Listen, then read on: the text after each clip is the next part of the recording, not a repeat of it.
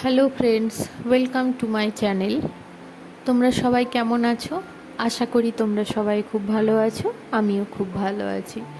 আবারও চলে এসেছি আরেকটি নতুন রেসিপির সাথে। আজকের রেসিপি নিরামিষ ধোকার ডালনা। নিরামিষ ধোকার ডালনা বানানোর জন্য নিয়েছি 200 গ্রাম ছোলা।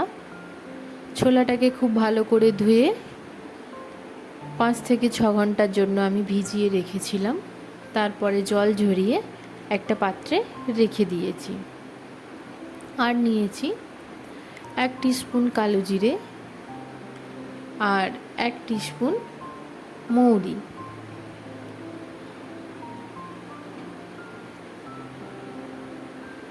আর নিয়েছি শুকনো লঙ্কা, গোটা জিরে, তেজপাতা।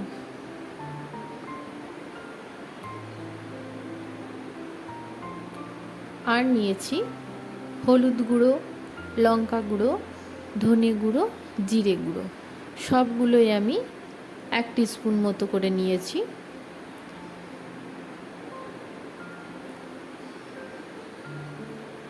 তারপরে আর যেটা লাগছে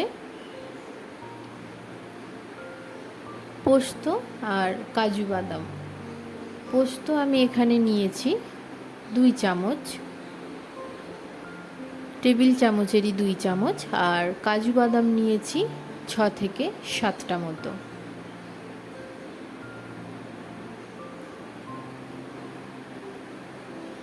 আর নিয়েছি আদা নিয়েছি 2 ইঞ্চি মতো।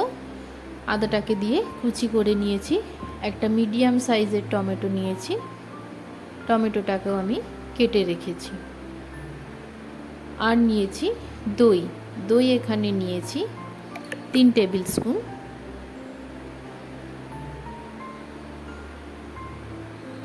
চলে যাব নেক্সট স্টেপে। ছোলার ডালটাকে আমি মিক্সিং বোলের মধ্যে নিয়ে নিলাম। এর মধ্যে দিয়ে দেব কয়েক টুকরো আদা আর 2টো কাঁচা লঙ্কা দিয়ে এটার একটা পেস্ট বানিয়ে নেব।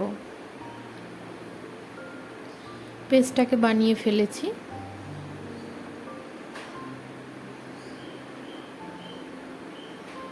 পেস্টটা কিন্তু খুব জল দিয়ে নরম করে বাটবে না, যতটা জল লাগে বাটার জন্য ঠিক সেই পরিমাণেই জল দেবে।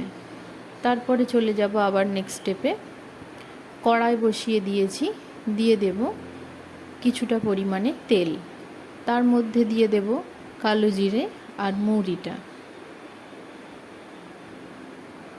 মৌরিটা দিয়ে এর মধ্যে দিয়ে দেব বেটে রাখা ছোলার ডালটা।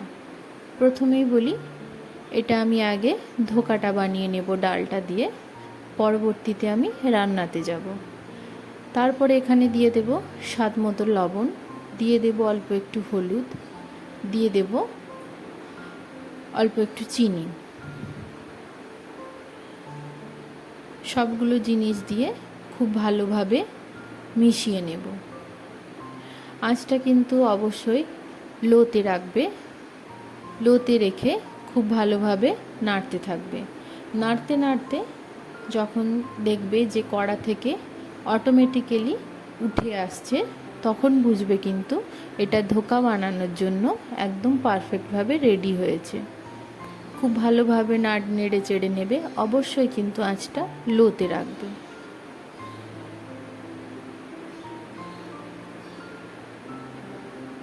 এটাকে আমি এবারে একটা পাত্রের মধ্যে নিয়ে নেব।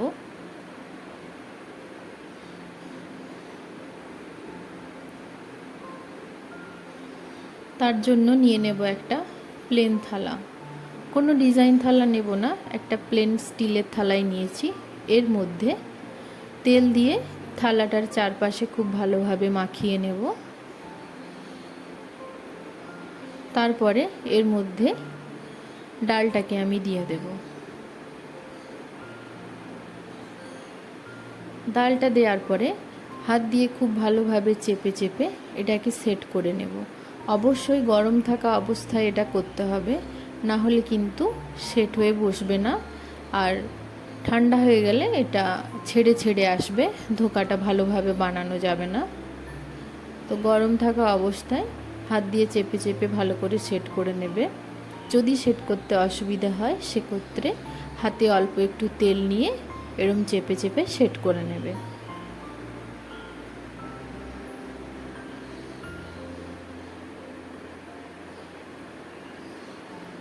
ধোকাটা খুব ভালোভাবে সেট করে নেওয়ার পরে এটাকে রেখে দেব 15 মিনিটের জন্য ঠান্ডা হওয়ার জন্য। ধোকাটাকে অবশ্যই ঠান্ডা করে নিতে হবে।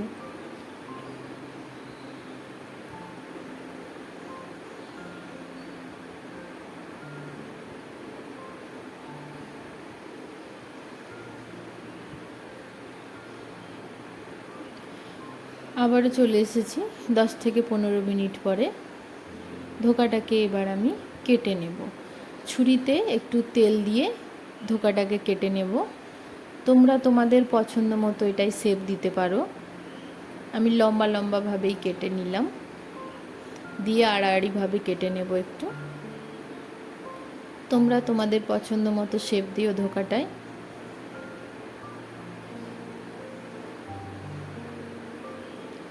কাটা হয়ে যাওয়ার পরে আবারও চলে যাব আমি নেক্সট স্টেপে।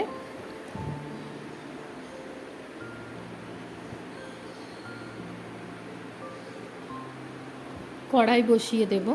এবারে একটা একটা করে ধোকা নিয়ে আমি খুব ভালোভাবে ভেজে নেব। ধোকা ভাজার সময় তেলটা অবশ্যই খুব ভালো গরম করবে আর আঁচটা অবশ্যই মিডিয়ামে রাখবে। হাই হিটে যদি ভাজো ভেতরটা কাঁচা থেকে যাবে, ওপরের কালারটা কিন্তু চেঞ্জ হয়ে যাবে। সেক্ষেত্রে ধোকাটা ভালো হবে না, ভেতরটা কাঁচা কাঁচা ভাব থাকবে। এরপরে আমি এক এক করে সব কটা ধোকা আমি ভেজে নেব।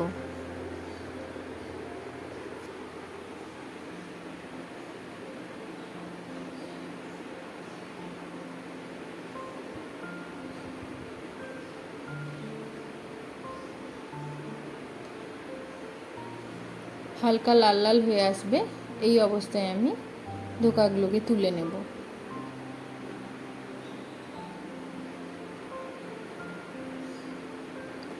আবারও চলে যাব নেক্সট স্টেপে। ওই কড়াতে আমি বেশ কিছুটা পরিমাণে তেল দিয়ে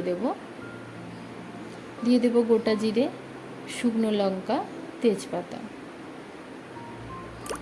ফোড়নটাকে খুব ভালোভাবে ভেজে এর মধ্যে দিয়ে দেব টমেটো, আদা পেস্ট করে রেখেছিলাম সেটা। টমেটো আর আদাটা কিছুক্ষণ ভাজার পরে এখানে গুঁড়ো মশলাগুলো অ্যাড করে দেব। ধনে গুঁড়ো, জিরে গুঁড়ো, হলুদ গুঁড়ো আর দেব লঙ্কা গুঁড়ো। অবশ্যই তোমরা স্বাদ মতো লঙ্কাটা দিও, যে যেরকম ঝাল খাও।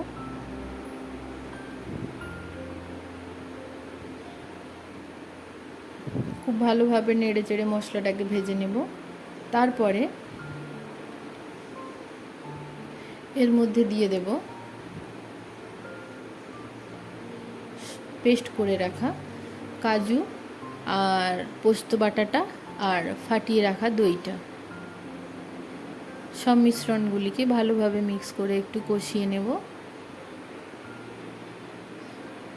দিয়ে দেব স্বাদ মতো লবণ,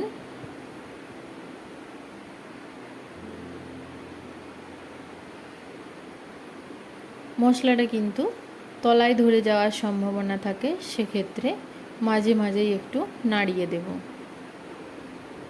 কারণ বাদাম দেয়া থাকলে মশলা ধরার চান্স কিন্তু খুবই বেশি থাকে, চট করেই কড়াইতে ধরে যায়।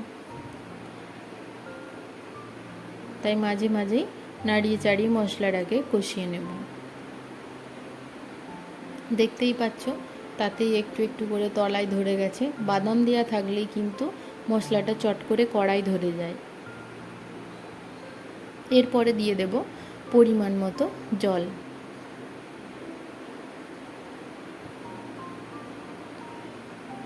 জল দিয়ে এটা ফোটার জন্য অপেক্ষা করব।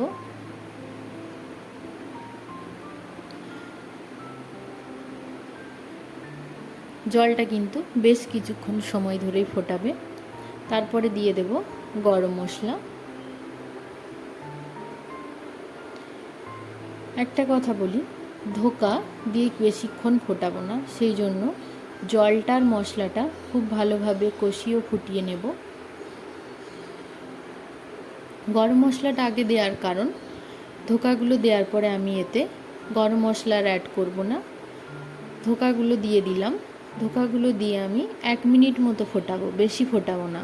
বেশি ফোটালে ধোকাটা ভেঙে যাওয়ার চান্স থাকে বা গলে যেতে পারে, সেক্ষেত্রে ধোকাটা দিয়ে আমি বেশিক্ষণ ফোটাবো না। অল্প একটু ঘি দিয়ে এটাকে আমি আর হাতা বা খুন্তি দিয়ে নাড়াবো না, কড়াটা ধরে আস্তে করে একটা পাত্রে ঢেলে রেখে দেব। তো ধোকার ডালনা একদম রেডি। আজকের এই রেসিপিটা তোমাদের কেমন লাগলো প্লিজ কমেন্ট করে জানিও। যদি ভালো লেগে থাকে অবশ্যই লাইক করো, শেয়ার করো অ্যান্ড কমেন্ট করো। চ্যানেলটা যদি ভালো লেগে থাকে তো অবশ্যই সাবস্ক্রাইব করো, আর আরও নতুন নতুন ভিডিও পাওয়ার জন্য চ্যানেলটাকে ফলো করো। আজকের মতো এই পর্যন্তই। সবাই ভালো থেকো, সুস্থ থেকো।